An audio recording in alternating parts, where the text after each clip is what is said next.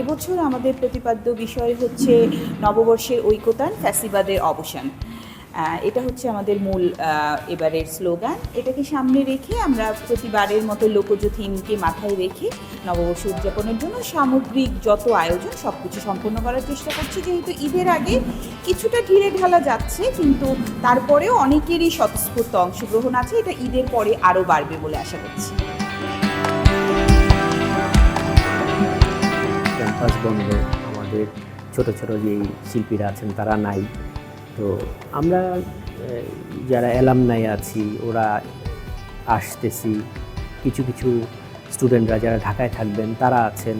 আর ফেসিবাদ বিরোধী আসলেই একটা বাজে সময় আমাদের গেছে। তো আমাদের প্রতিবাদটাও আসলে আমরা যতটা পেরেছি আমরা তুলির মাধ্যমে দেওয়ার চেষ্টা করেছি।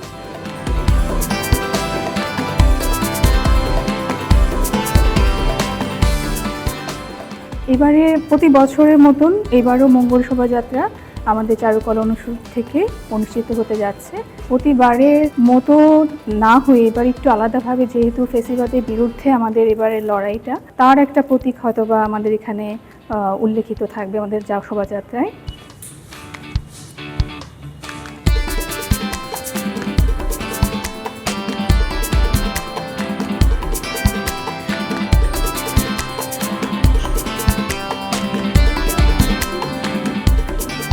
আমরা এখানে সকাল থেকে কাজ করছি, বিকেলে সবাই একত্রে ইফতার করছি, ইফতার শেষে চা খাচ্ছি, মজা করছি, আবার কাজ করছি।